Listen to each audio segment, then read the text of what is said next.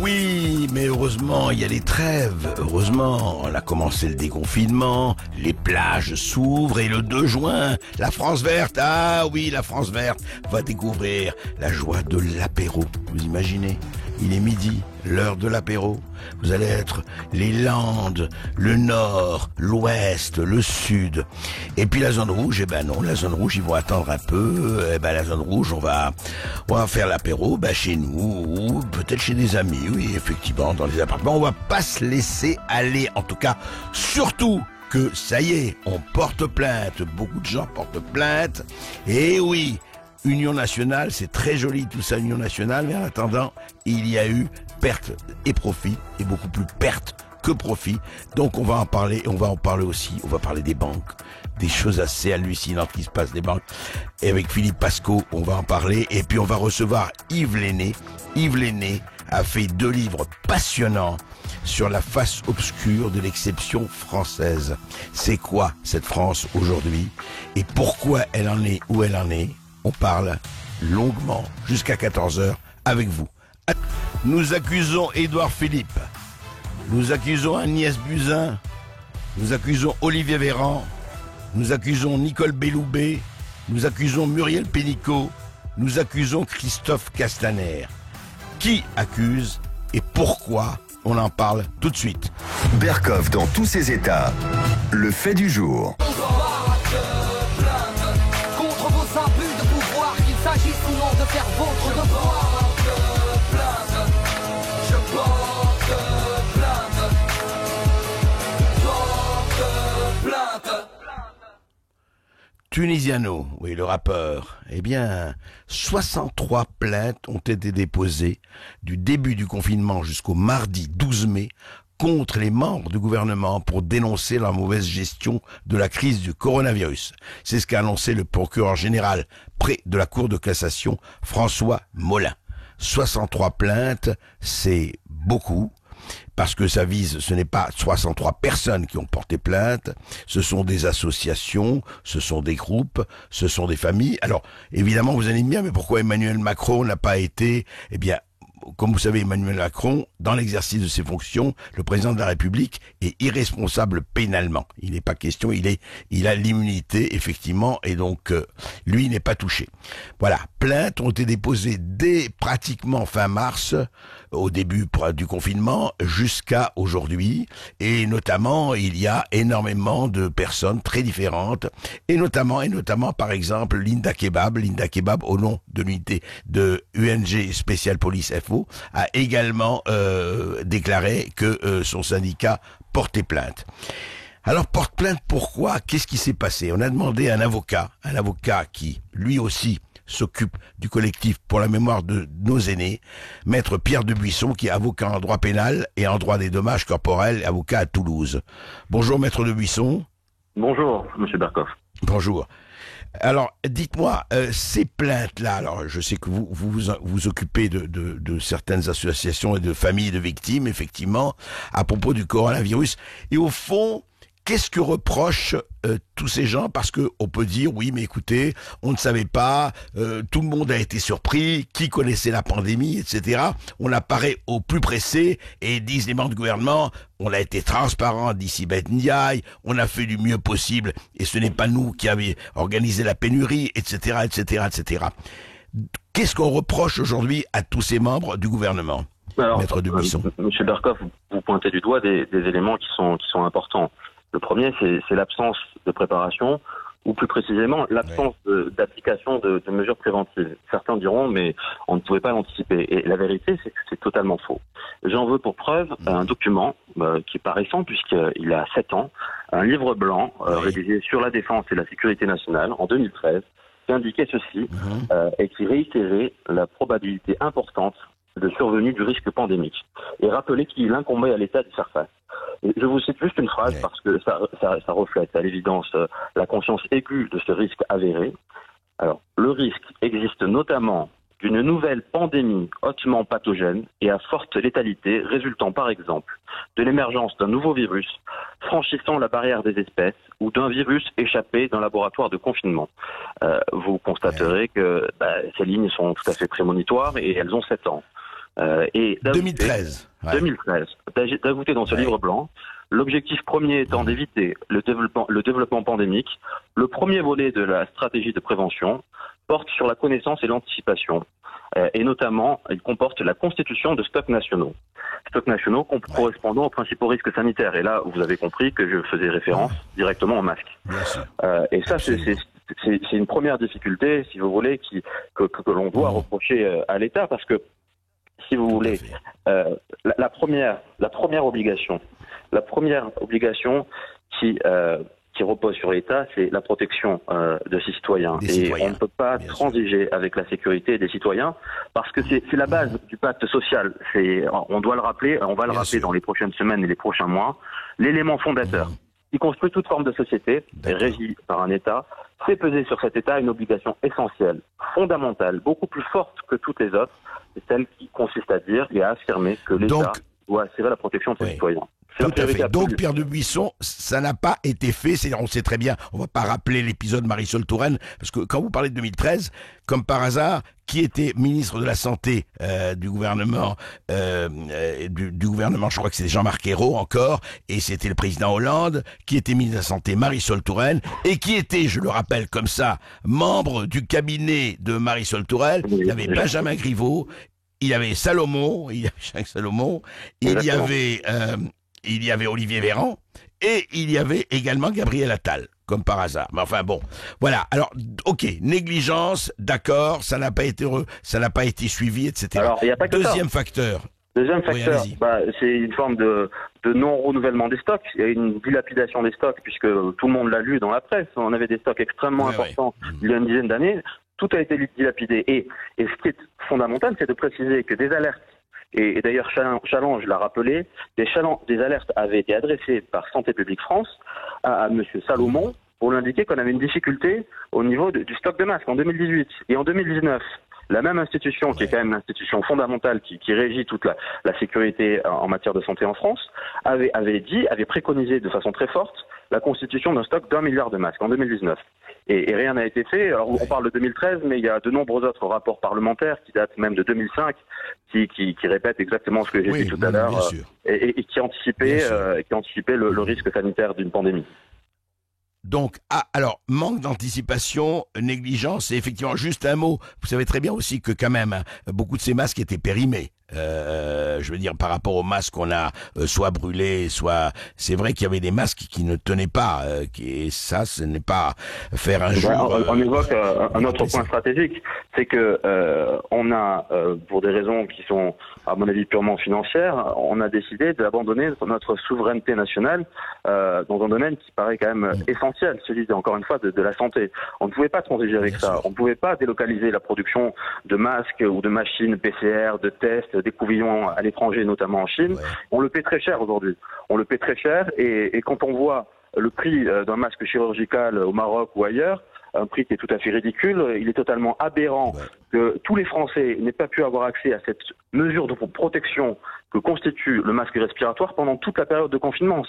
Ça paraît, pour la 6e puissance du monde, ça paraît absolument aberrant, et ça reflète à l'évidence des fautes évidentes du gouvernement qui sont inacceptables, parce qu'encore une fois, on ne transige pas avec la sécurité de nos citoyens. La protection. Et je suis pas là pour créer une polémique insensée. Moi, je suis pas du tout de nature contestataire, même si je suis avocat, mais je considère que les fautes qui ont été faites avant la pandémie, parce que toutes les mesures préventives avaient été décrites de façon précise, n'ont pas été respectées, et entre janvier et mars sont absolument catastrophiques. Retard dans les commandes de masques, retard dans les tests PCR, négligence fautive de Madame Buzyn, qui considère le 24 janvier que le risque d'introduction du virus en France est ridicule, alors que dans la même phrase, au moment de la même déclaration, elle indiquait que pour reprendre, je vais maintenant faire un point de situation. Plus de 800 cas avérés, 25 provinces chinoises sont touchées, 5 pays ont répertorié des cas, la Thaïlande, le Japon, la République, etc. Mais il n'y a aucun risque de propagation du virus. Donc c'est aberrant. Pierre de Buisson, aujourd'hui, vous portez... Alors, les gens qui vont porter plainte, vous, par exemple, au nom du collectif pour la mémoire de nos aînés, vous allez spécifiquement porter plainte pour quoi, spécifiquement? Pour quel... Moi, je vais parler Attendez... Oui, manque de prévision, négligence Et ils n'ont pas fait leur boulot, quoi, c'est ça. Je vais vous parler d'un exemple concret qui nous concerne malheureusement presque tous, puisque c'est cette jeune femme de 33 ans qui est à l'origine de ce collectif, Aurélie Joly. Elle a vécu un drame terrible. Comme de nombreux Français, elle a été contrainte d'assister impuissante à la disparition de son grand-père dans des conditions tragiques, pour lui, pour elle et pour toute sa famille. Tout d'abord parce que, en raison du confinement, elle n'a pas pu l'accompagner dans ces derniers instants. Lui s'est retrouvé absolument seul aux portes de la mort. Elle n'a pas pu avoir la moindre information, et elle n'est pas la seule. En France, on a des dizaines et des dizaines de familles qui ont contacté notre collectif pour nous indiquer que le récit est toujours le même. On nous laisse à l'écart, on ne nous donne aucune information, on se rend compte qu'aucun des gestes barrières n'a été respecté, aucune consigne n'a été donnée au niveau des aides-soignants, beaucoup ont été contaminés, pas d'isolement des patients, possibilité de déambuler dans les EHPAD notamment, et de nombreux problèmes qui découlent. Évidemment, si on pointe la responsabilité pénale des directeurs d'EHPAD, on ne peut pas oublier qu'en réalité, il y a une chaîne de responsabilité qui remonte jusqu'au gouvernement, parce que le vrai problème, à la base, c'est le manque de masques et le manque de dépistage. On sait qu'en matière épidémiologique, il aurait fallu mettre en œuvre une stratégie évidente qui a été faite d'ailleurs parfaitement bien en Corée du Sud et qui a évité un confinement et donc un effondrement économique avec très peu de morts, bien sûr. C'était un dépistage massif, un isolement de toutes les personnes infectées et c'est le seul moyen d'endiguer la pandémie. On l'a pas fait. On l'a pas fait avant la pandémie, au début, on l'a pas fait pendant le confinement et on ne le fait toujours pas aujourd'hui. Et à votre avis, enfin pour vous, ça c'est une interprétation que je vous demande évidemment, ce n'est pas, c'est moins juridique quand même interprétatif. Comment il se fait que ces gens qui ne sont pas plus bêtes que d'autres, ou plus aveugles que d'autres, ou plus sourds que d'autres, ils ont fait comme s'ils n'avaient rien vu, parce qu'il y a eu aussi ça, et ils ont dit, vous savez, les masques, mais c'est pas la peine de porter les masques, on l'a entendu de la part d'un certain nombre de nos ministres. Ce n'est pas bon les tests, non, mais ça ne sert à pas grand-chose les tests aujourd'hui, etc. C'est quoi? C'est, à votre avis, c'est négligence, c'est on n'a pas les choses, et ben on va déni. Oui, allez-y. C'est un discours malheureusement qui résulte pas d'un choix, mais il était obligé d'avoir ce discours-là pour justifier l'absence de dépistage et l'absence de mise à disposition des masques au niveau de la population. On l'a lu partout. C'est un mensonge d'État, le fait de dire que le port de masque est inutile. C'est un mensonge d'État grave, puisque ça a été relayé par presque tous les membres du gouvernement, y compris le directeur général de la Santé. Ça a été évidemment contredit par l'Académie de médecine, et moi j'avais écrit une tribune au tout début en expliquant qu'il était quand même évidemment absurde de considérer que porter un masque, par exemple à FFP2, qui permet d'éviter à la fois toute éjection de particules et de gouttelettes fines et même toute absorption de particules fines pouvait à l'évidence enrayer en quelques semaines, c'est ce qui a été fait dans tous les pays d'Asie qui ont réussi d'ailleurs à triompher contre le coronavirus. Et ça, c'est encore une fois un mensonge d'État qui fait partie des éléments constitutifs des plaintes. Alors, dites-moi, ces plaintes-là, juste pour comment ça va se passer? C'est-à-dire, ces plaintes ont été posées, 63 plaintes, dit François Molin. Ça va suivre son cours, ça va être à votre avis long, ça va. Qu'est-ce qui va se passer? Comment ça va se passer mécaniquement dans les semaines ou les mois qui suivent? Alors, il va y avoir, à mon avis, deux types d'actions judiciaires. D'un côté, des plaintes pénales, qui ont davantage une vocation symbolique, puisque les personnes souffrent et demandent des comptes, demandent des explications, cherchent à savoir ce qui s'est passé et pourquoi ça s'est passé. Mais ces personnes-là ne sont pas forcément en quête d'une indemnisation purement financière. Et à côté de ça, il va y avoir une deuxième action, un deuxième type d'action. Ce sont des actions en responsabilité contre l'État devant le tribunal administratif qui ont davantage vocation à demander une indemnisation financière, que ce soit d'ailleurs, ça dépassera le pur spectre des personnes des familles endeuillées. Ce sera des personnes qui ont subi un dommage corporel, un préjudice d'angoisse. Et moi, je pense à toutes ces personnes en première ligne, exposées sans aucune protection. Donc, on parle des caissières, des éboueurs, des livreurs, mais aussi, par exemple, les restaurateurs. Tous les restaurateurs, je défends des dizaines de restaurateurs un peu partout en France contre les compagnies d'assurance. Alors, un très beau geste a été fait hier par le gouvernement, mais on se pose la question aussi de la durée du confinement, qui a été 2 fois plus long qu'en Allemagne, du nombre de morts en France qui a été entre 4 et 5 fois plus long qu'en Allemagne, alors que si on le met en balance avec l'investissement qui a été fait par les Français, je parle d'un point de vue de l'imposition, la France utilise 10% de plus au niveau du PIB que l'Allemagne pour les dépenses de santé. Et pourtant, on a 4 fois plus de morts, on a 5 fois moins de lits, on a 5 fois moins de respirateurs, on n'a pas de tests, on dépiste 10 fois moins et on n'a plus de masques. Donc évidemment, il faut demander des comptes. Ça paraît évident, logique, et c'est la raison pour laquelle je suis persuadé, non pas que je l'encourage, mais je trouve ça sain parce qu'il faut absolument éviter que cela se reproduise, même si je considère que en période de difficulté, on doit tous adopter un comportement d'union nationale. Je crois qu'il est absolument sain de demander des comptes pour ne plus que ça se reproduise, parce que la raison de ces mensonges, c'est le fait qu'ils se sont retrouvés acculés dos au mur, et le gouvernement n'a pas eu d'autre choix que de dire on n'en a pas besoin. Mais la vérité, c'est que les graves erreurs ont été faites jusqu'en mars. Depuis avril, les choses vont mieux, mais il faut savoir ce qui s'est passé jusqu'en mars et pourquoi les choses se sont si mal passées. Et pourquoi ça s'est passé comme ça. Maître Pierre de Buisson, merci. C'est vrai que toute liberté et l'art de gouverner, c'est non seulement de prévoir, mais aussi de porter la responsabilité. Il ne faut pas oublier, chacun doit être libre, mais s'il veut être libre, il doit être aussi responsable. Merci à vous, on suivra tout ça, et avec vous, et on suivra ces plaintes, ce qui va se passer de ce point de vue-là. Merci à vous, Pierre de Buisson. Je rappelle que vous êtes avocat au barreau de Toulouse, que vous soutenez des plaintes, effectivement, qui sont engagées contre l'État pour sa gestion de l'épidémie, et que vous êtes l'avocat du collectif pour la mémoire de nos aînés. Et vous qui nous écoutez sur Sud Radio, est-ce que vous les soutenez? Ces plaintes, 0826 300 300. Vous nous appelez, on vous donne la parole à partir de 13h sur Sud Radio. Sud Radio, André Berkoff.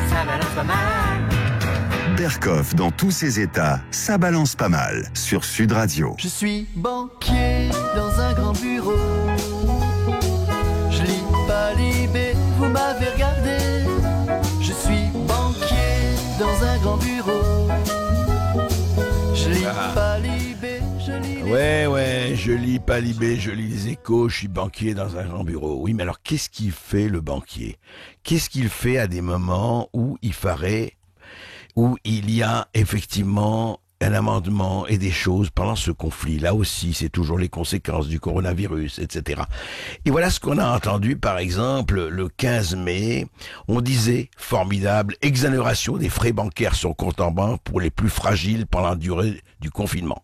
Formidable. Eh bien, on dit voilà, c'est très très bien, et c'est normal, les personnes les plus fragiles, et les personnes qui n'ont pas de trésorerie, qui sont vraiment à la semaine, et les petits commerçants, les petits artisans, etc. Eh bien, exonération des frais bancaires, bravo les banquiers, quelle générosité, formidable. Mais qu'est-ce qui s'est passé? Le Sénat vote l'amendement à une grande majorité, mais quelques jours après, écoutez bien, le gouvernement, avec l'accord de l'Assemblée, retire l'amendement. Philippe Pasco, bonjour. Bonjour André. Bonjour Philippe, vous êtes auteur de Mensonges d'État, et je dis bien mensonge avec un grand S. Ouais. Voilà, et je veux dire que vous allez faire un nouveau bouquin après ce qui s'est passé ces 2 mois là, il y a de quoi remplir. Je suis effaré par tout ce qui tombe tous les jours, je veux dire, ça devient des menteurs professionnels, des truands professionnels. J'écoutais votre reportage avec l'avocat avant, qui était très intéressant. Le problème, c'est qu'il faut arrêter de voter pour ces vieux politicards de Moïse. C'est la seule façon de se débarrasser des lois. Parce qu'il y a une loi qui vient de passer, encore, dont on n'a pas parlé. C'est la loi d'amnistie, qui fait que tous les procès qu'on va faire vont durer 15 ans pour juste juger quelques lampistes. Oui. Donc non, ça ne sert à rien, il faut se débarrasser. L'amendement... Oui, mais l'amendement qui consistait à être responsable n'a pas été voté, là, Philippe. L'amendement sur les membres du gouvernement, etc., jugé irresponsable, n'a pas été voté, heureusement d'ailleurs. Mais vous pariez que dans quelques temps, ils vont le revoter autrement. Pour revenir à ce qu'on parle, le 4 mai... Oui, alors je voudrais comprendre, qu'est-ce qui s'est passé? Il y a une sénatrice qui, dans le cadre de la loi sur l'urgence sanitaire, pose un amendement après l'article 6 qui dit qu'on exonère les gens les plus faibles des frais bancaires. Comme vous le disiez tout à l'heure, c'était une super bonne chose. Quelques jours après, le gouvernement retire l'amendement. Ça veut dire quoi? Ça veut dire qu'en réalité, le gouvernement travaille pour aider ces pauvres banques à ne pas avoir de problème avec la crise sanitaire et continue à enfoncer les pauvres dans leur précarité. Parce que ça coûtait rien. En plus, il faut que vous sachiez quand même, André, que les banques et le gouvernement mentent. Le 11 décembre 2018, M. Macron reçoit les banques qui prennent l'engagement de ne pas faire plus de 25 € mensuels de frais bancaires pour les gens qui ont des problèmes avec de découvert sur leur banque.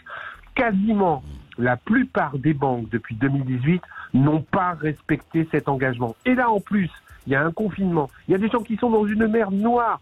Le pauvre auto-entrepreneur qui a plus de pognon, la personne qui faisait du travail à domicile, les gens qui bossaient pour les Uber, etc., qui ont été licenciés du jour au lendemain, se sont retrouvés dans une mer de noir, ont été obligés de faire des découvertes.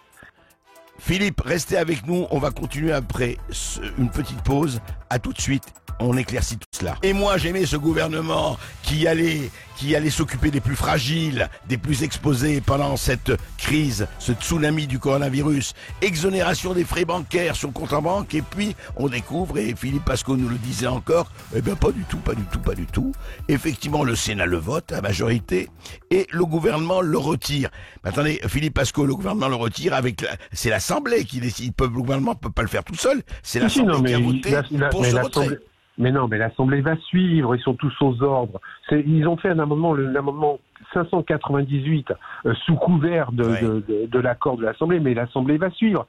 Et leurs motifs sont fallacieux, vous vous rendez compte? Ils disent, mais les pauvres ont signé des contrats, faut qu'ils les respectent. Non mais ils rigolent, est-ce que les pauvres ont demandé à être licenciés du jour au lendemain? Est-ce que les gens les plus faibles ont demandé à ne plus recevoir de salaire?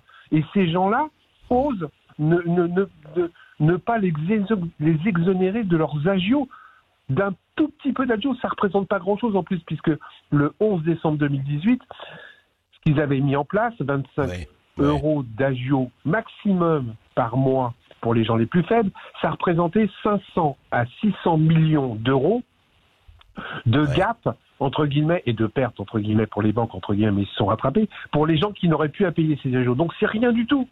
Donc là, encore une fois, comme pour les masques, je rappelle que pour les masques, votre intervenant d'avant l'a parlé, ça coûtait 100 000 € de refaire le stock des masques. Donc ça coûtait que dalle. Donc c'est des bouts de ficelle que ces gens-là sont en train de gratter. Mais ils grattent les bouts de ficelle sur les plus pauvres, sur les petits. Et pendant ce temps-là, on accorde des subventions à des entreprises qui ne payent encore pas leurs impôts en France. C'est inadmissible et c'est honteux. Suivez mon regard. Eh oui, salaud de pauvre, hein. C'est vrai que il faut se retourner contre quelqu'un, c'est ça. Hein. Oui, contre tout. C'est assez terrifiant. La pauvre personne qui gagne 530 € par mois, qui ne pouvait plus avoir d'argent parce qu'elle était confinée chez elle, qui se retrouvait avec de l'argent à sortir en plus puisqu'elle devait payer la bouffe de ses enfants, la journée, etc. Alors qu'avant ils étaient à la cantine. Ces gens-là, on va leur compter des agios en plus. Mais c'est une honte. Pas mal, tout ça. C'est une honte. Et pendant ce temps-là, moi, j'ai les informations qu'on est en train d'exonérer d'impôts certaines entreprises. En ce moment, on est en train de les exonérer d'impôts. On va en reparler avec vous de tout cela, mais gardez votre indignation. Elle est extrêmement importante pour nous tous. Et nous aussi, on la conservera. À très vite. Sud Radio, Berkoff dans tous ses états. Les perles du jour. Je retourne ma veste, je retourne ma veste, toujours du beau côté. Eh oui, et quand je ne retourne pas ma veste, je retourne mon étiquette. Et oui, c'est très simple. Vous savez, les campagnes municipales sont pas terminées, en tout cas pour un certain nombre de villes. Le second tour se fait attendre. Ce sera juin ou septembre, ou plus si affinité. On verra, le gouvernement va décider, parce que il y a un second tour pour plusieurs grandes villes, et quelques milliers de grandes villes, de villes qui n'ont pas été, dont le maire n'a pas été élu dès le premier tour. Et alors, le Canard enchaîné nous livre cette information qui est quand même très drôle, c'est à Pau. Oui, à Pau. Eh bien, écoutez, c'est très simple. Il y avait des paquets de masques qui ont été distribués dans la bonne ville de Pau. Eh bien, ces paquets de masques portaient l'étiquette une étiquette signée François Bayrou, qui évidemment se représente, avec la mention tricoté en Béarn. Ah, voilà, on fabrique français, on tricote en Béarn, et c'est signé François Bayrou qui pense à ses administrés. Bravo, monsieur le maire. Et puis, on regarde, on gratte, vous savez, et puis on voit, mais pas du tout, c'est Made in China. Ce sont des paquets de masques en provenance de Chine, sur lesquels on a ajouté Made in Bayrou et Made in Béarn. C'est pas beau, ça. qu'est-ce qu'on ferait pas, si vous voulez, pour être réélu et voilà. En ces temps, effectivement, chacun cherche son chat et chacun cherche à retrouver son poste. Donc voilà, qu'importe effectivement la marque, pourvu qu'on ait l'ivresse du siège. Merci. Et vous qui nous écoutez sur Sud Radio, 0826 300 300, est-ce que vous habitez dans une ville où le maire a réussi à vous procurer des masques? Est-ce que ces masques sont made in France ou made in je ne sais pas où? Mais vous nous appelez pour nous le dire de la même manière. Est-ce que vous avez dû payer des agios en ce moment, des frais bancaires pendant ce mois de confinement? Vous êtes un certain nombre à ne pas avoir pu travailler et effectivement ces frais bancaires ont pu être assez élevés. Donc venez nous raconter aussi tout ça. On vous donnera la parole de 13h à 14h sur Sud Radio. Sud Radio, Berkoff dans tous ses états. How dare you? You have stolen my dreams and my childhood with your empty words. Elle me manquait, Greta Thunberg. Je ne savais pas, on n'entendait plus parler d'elle. Elle avait déjà sauvé 3 fois la planète et on ne la voyait plus. Et heureusement, elle a réapparu. Elle a réapparu sur CNN, sur la chaîne américaine de Cable News Network, la chaîne d'info, en continu. Et bien voilà, la nouvelle campagne soutenant l'UNICEF, eh bien elle était là avec des épidémiologues, avec des infectiologues, avec des savants pour parler du Covid-19. Attendez.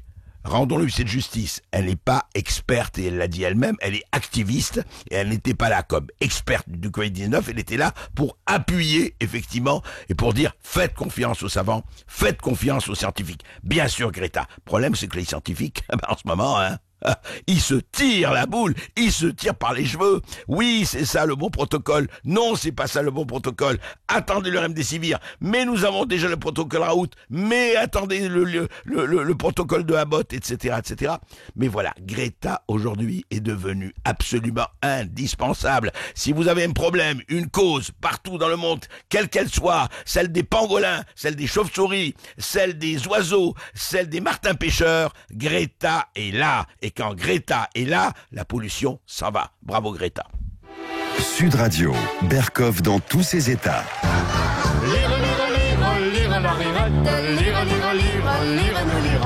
Tous les bons moments qui chantent dans nos têtes. Voilà, c'était Chantal, et oui, Chantal Goya. Eh ben, écoutez, bravo, vous savez, bravo aux Français. Eh ben, qui se sont remis à lire, que ce soit la presse, que ce soit les livres, eh bien, ils ont retrouvé le chemin de la lecture. Et ça, s'il y a eu un bien à ce confinement, c'est incontestablement celui-là. Tous les chiffres le montrent, tous les comptes rendus qu'on a pu avoir de Facebook, des satellites, d'Amazon et tout ça, les sites d'info, des radios, d'une autre d'ailleurs, de Sud Radio, de la presse, etc. Tous les sites d'info ont connu incontestablement une espèce de hausse formidable, et aussi les livres. On s'est remis à lire les livres. Et je vais vous dire, auditeurs de Sud Radio, vous le savez, rien de plus important de prendre le temps de lire, de prendre le temps de la lecture. C'est fondamental. Donc, bravo. Alors, écoutez, n'attendez plus un nouveau confinement. Ça, c'est fini, ça va. On va pas rester confinés. Mais surtout, vous partez à la plage, vous partez quelque part dans un paysage, vous partez à la campagne. Prenez avec vous de la presse, prenez avec vous un livre, prenez de quoi lire. C'est fondamental. Voilà. Et surtout, ne vous économisez pas là-dessus. Parce que l'esprit, c'est là qu'il se réchauffe, c'est là qu'il s'enrichit, et c'est là que la critique, la bonne critique, sera là.